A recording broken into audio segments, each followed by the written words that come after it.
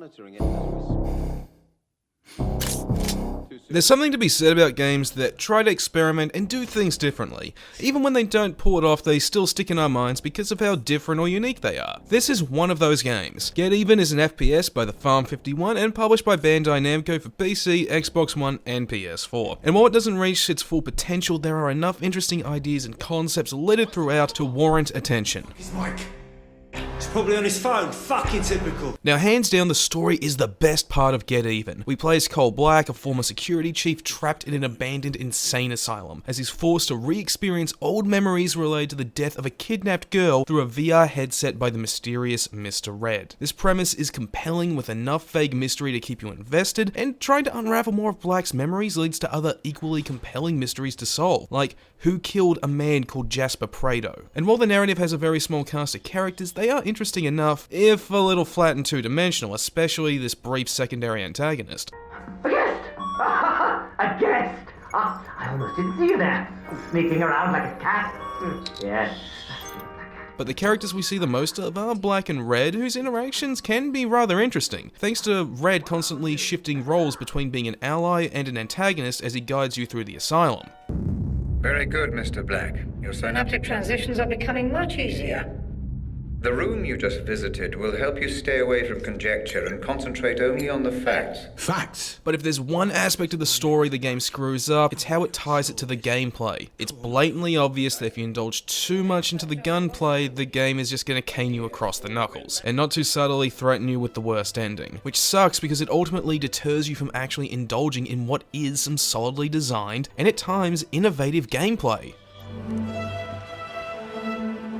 There is another reason for why this is the case. You see, gameplay is divided as a mix of walking simulator and FPS, with a little bit of Arkham-style detective work thrown in. So a good chunk is just walking from point A to point B in the asylum, occasionally killing one or two enemies, and then going into VR memory where things get more like a traditional shooter. In neither of these segments do you have to go up against the same amount of enemies in, like, say, Call of Duty or Doom, but thanks to limited ammo and health, the encounters in the VR memories can be pretty intense. Whereas the asylum segments are mainly just commutes between the VR trips, but they do manage to liven things up with hidden documents, expanding on the people involved, and a rather nice horror-fueled atmosphere that goes back and forth between feeling close to Silent Hill territory and something a teenager made that's just trying too hard.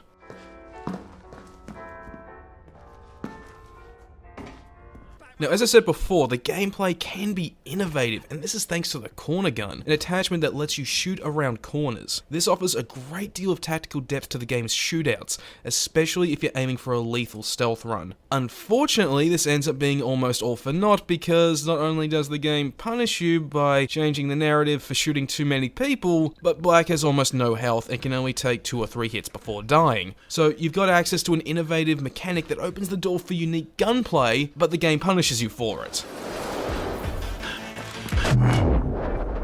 Now, to play into the walking simulator aspect, Black has a phone that functions just like Batman's Detective Vision from the Arkham games, except with different modes to detect different clues for puzzles. Like the corner gun, this is a good idea, but at the same time the devs just cocked it up. While the corner gun was undermined because the game goes out of its way to discourage you from actually using the bloody thing, the phone's various modes are all tutorialized and explained, and they have been well implemented, and you are encouraged at first to actually think and try each one out, but as things go on, you're required to use the phone less and less. It's only required for progression through a puzzle once or twice, then after that, it's only got 2 uses, as a thermoscope for your gun, or for a map display. There is another use when this is the case, but it's really just something pointless. You're just scanning the environment for random items of interest that may or may not give you some more intel on what's going on around you, and really don't hold any value in the grand scheme of things.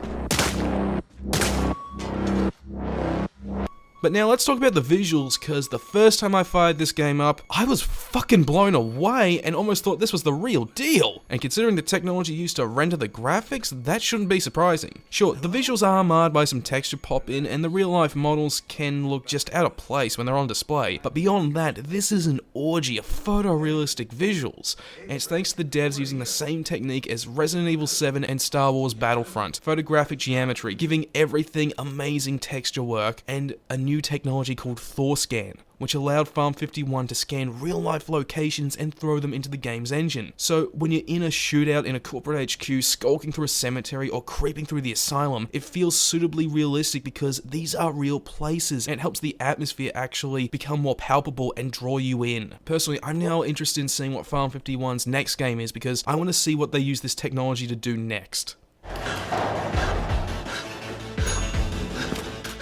At the end of the day, Get Even has a lot of good ideas that just don't meet their full potential because it suffers from an identity crisis. On one hand, it wants to be a gripping crime thriller, which the walking simulator and detective phone aspects do complement, but on the other, it's trying to be a shooter with things like the corner gun and the VR elements, which can make things feel innovative for this entry in the genre, but the two styles just don't mesh, and instead stops the game from being in the same category as the likes of The Last of Us or the new Doom, a modern classic. But does this mean it's bad? Hell no. While it doesn't meet the same potential those games did, Get Even is still an engaging narrative experience that can entertain in spite of the shortcomings, and that alone makes this worth checking out at the very least.